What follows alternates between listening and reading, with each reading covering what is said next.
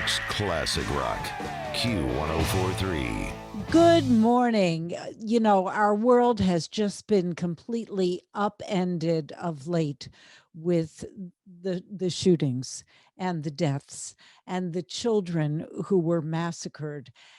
And it dawned on me, I am visiting my children in LA as you listen to this, and I'm visiting with my grandchildren. And I was thinking to myself, what am I going to say to them if they bring this up?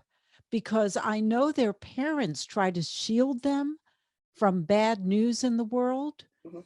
But if I'm alone with them, because I take them on these adventures, that's when they start to talk.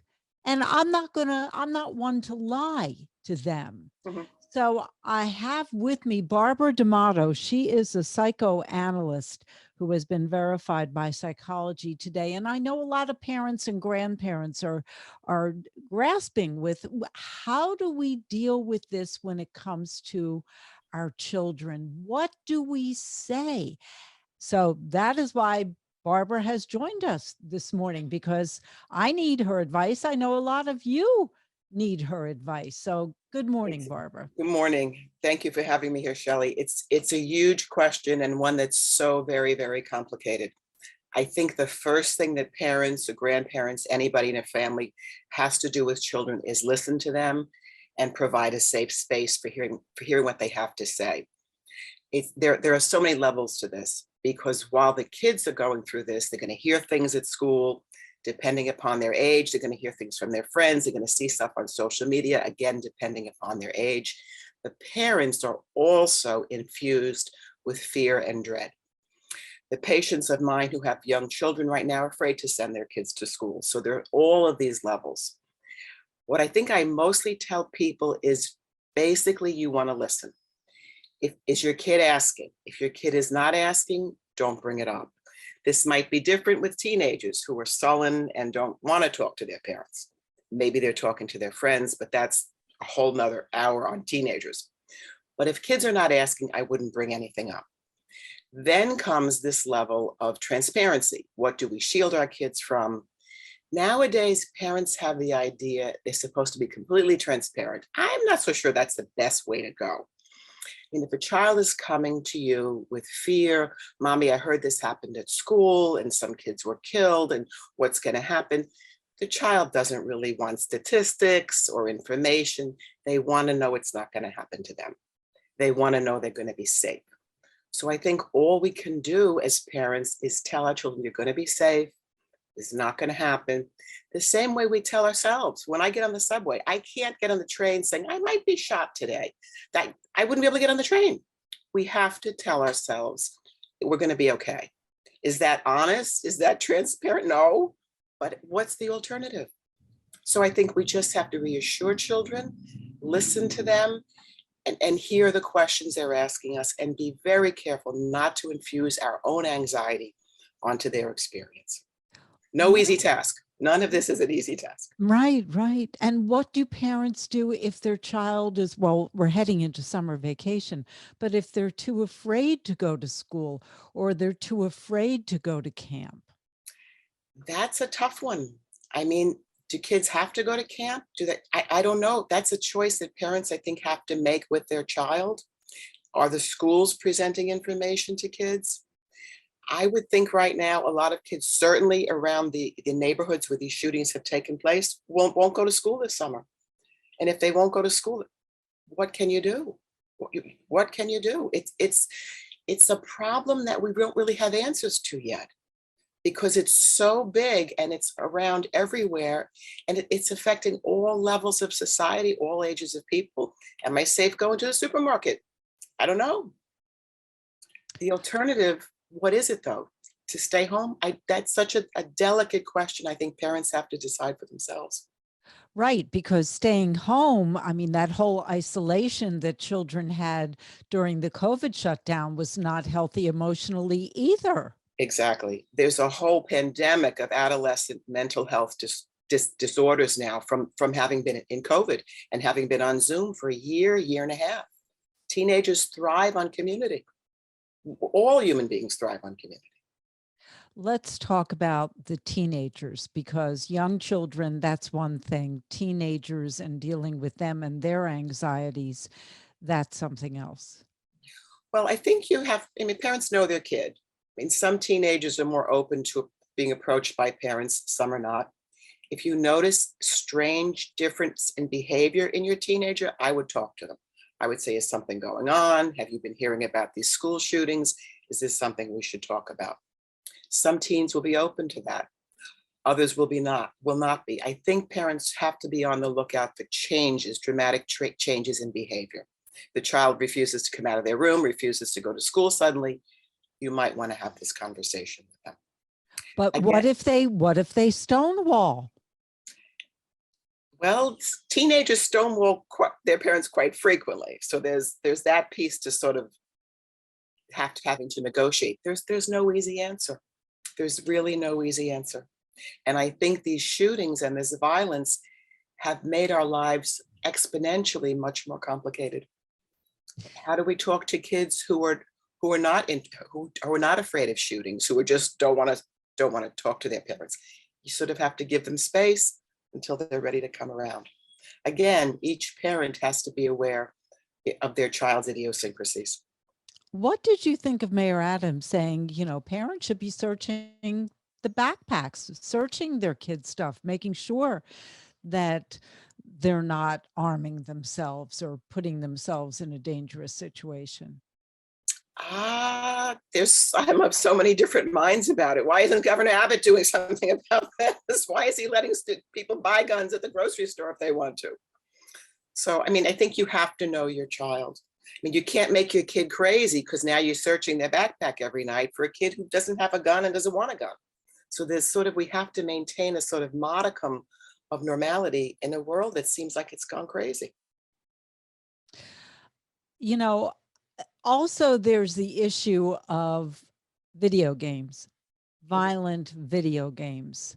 Mhm. What is your feeling about that and how it could desensitize children and teenagers to real violence? I'm of two minds on that. I mean, there is some research that say kids do know the difference. I was listening to Trevor Noah yesterday, and he said kids do know the difference between video games and going out and shooting someone. I think largely that's probably true. I think if you're the kind of kid who is incredibly alienated and who's been bullied, who's gonna turn into a shooter, whether he's watching video games or not, I don't think is gonna make the difference. I think it's that child's life and whatever isolation has happened around him that's going to drive him to this. So the video games are like football. People say, should you watch football? It's so violent. Does that make people kill each other? I don't really know. I'm speaking with Barbara D'Amato. She's a psychoanalyst here in New York City. She's been verified by Psychology Today. There's been a lot written in recent days about who are these teenagers who become gunmen. Yeah. Who are Well, they? I think there is a pandemic of mental health, we've reached a critical mass where teenagers are in trouble, largely from the pandemic, maybe also from before what's happened in the pandemic. Teenagers are smarter now, they're getting pregnant less often, they're harming themselves more. But outside of that, it's in the culture. If a student or a teenager feels completely isolated and then they're bullied and there's no one to tell, these might be the kinds of kids who turn into school shooters, who are just suffering from loneliness and pain with no outlet. And suicide and shooting up school seems like a good solution to teenagers who have the most horrible judgment ever. No teenager should ever have their hand on a gun, ever. So, what is the responsibility with the schools and the counselors and the teachers? Because, in some of these cases, these kids have parents who are not there for them.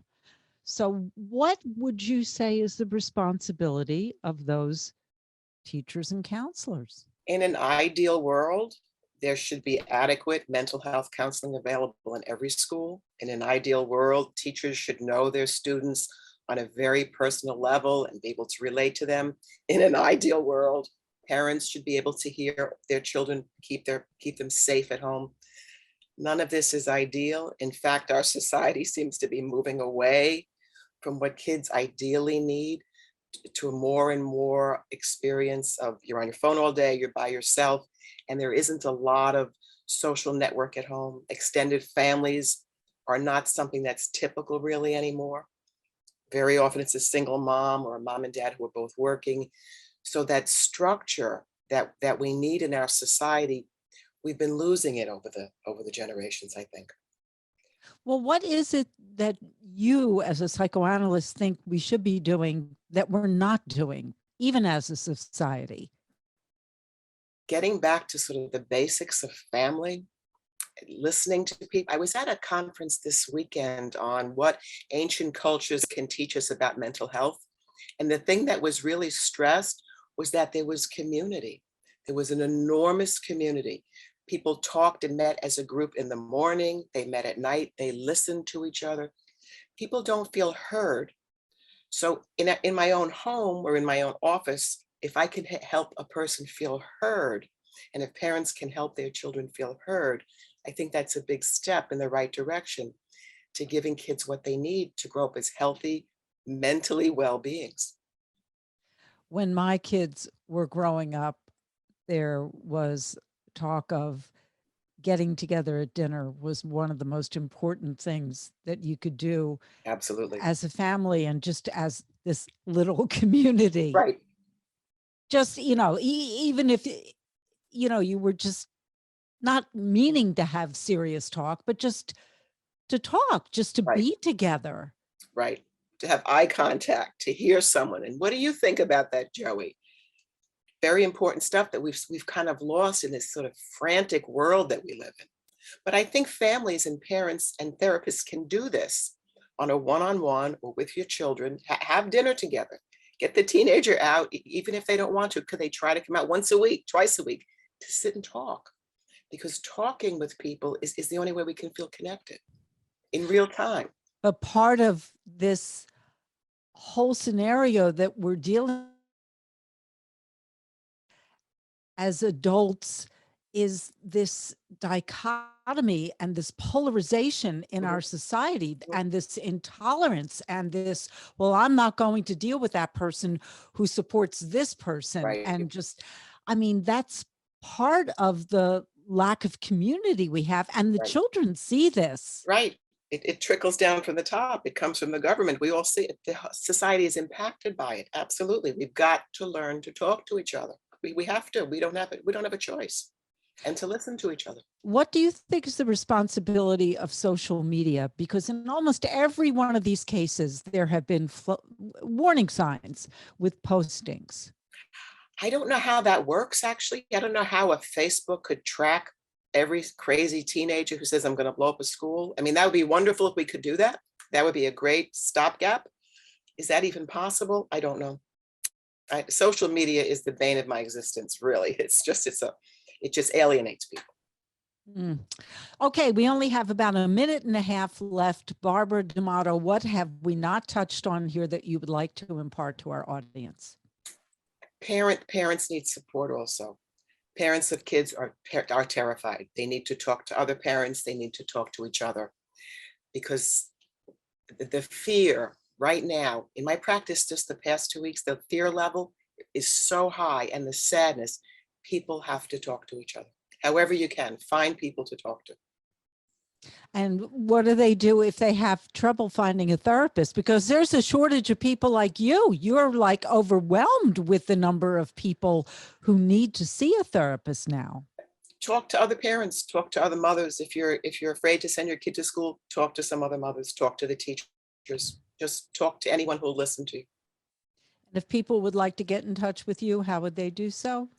I'm on Psychology Today. You could find all my contact information is there. Okay. Thank you so much, Barbara D'Amato. I hope we've been of some help to you, those of you listening, because we're all concerned. And coming up in our next segment, we're going to check in with Anthula Katsimatides, and she has a role in the very interesting series Severance, which is based on just this wacky premise, but we're going to touch on that next. Q104.3. New York's classic rock, Q1043.